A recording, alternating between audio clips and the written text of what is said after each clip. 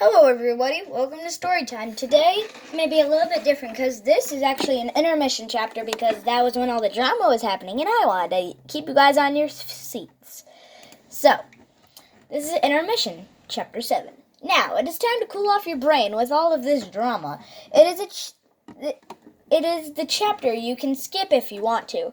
You can if you want also.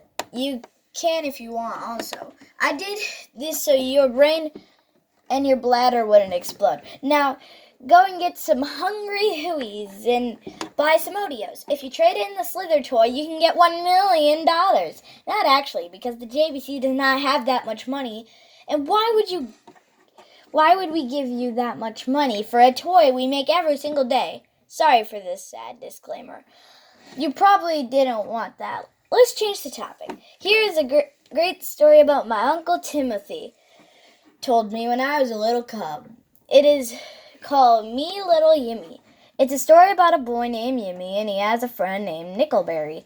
When they are best friends, as their friendship went on, they had been separated because Nicky had to go to a fishing tournament.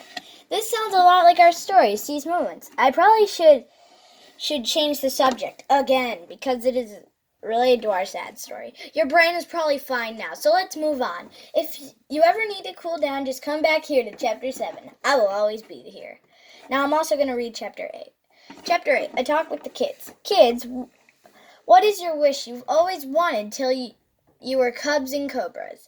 Said Officer Quackers. Bubbles said she wanted to see her mom in Animaltopia. Mew Mew wanted to get out of the academy. Cuddles said she wanted to be a princess, and Pico wanted to see Zabu in not 20 years. I can hop all of you on the next train to Animaltopia. And sorry, Cuddles, I can't make you a princess. Keep dreaming, informed the officer. Cuddles was a little mad, but also happy. She was going to see her Dee Dee and Coco. Those are her grandparents. 2 days later, the train arrived, and everyone hopped on the train to go to Animaltopia. The officer called Mr. Lemur to clarify that it was okay to escort Pico to Animaltopia because Pico's dad was in the hospital with dragon flu. And Zabu Mafu was his legal guardian for now.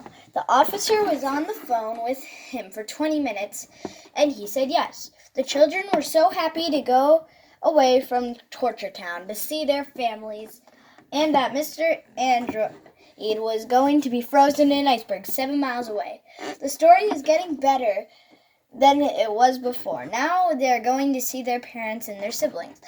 They got on the train and sang for almost the whole ride. After 2 hours before they were at the station, they got bored and they were singing Happy Day in a bad tone.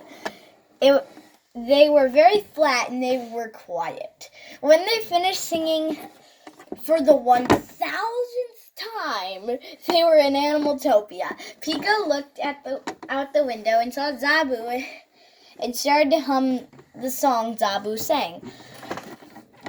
The one that was made by the heart, not the mind. The boys hugged their little hearts out and they started to sing the song that connected them. Bubbles also saw her mom.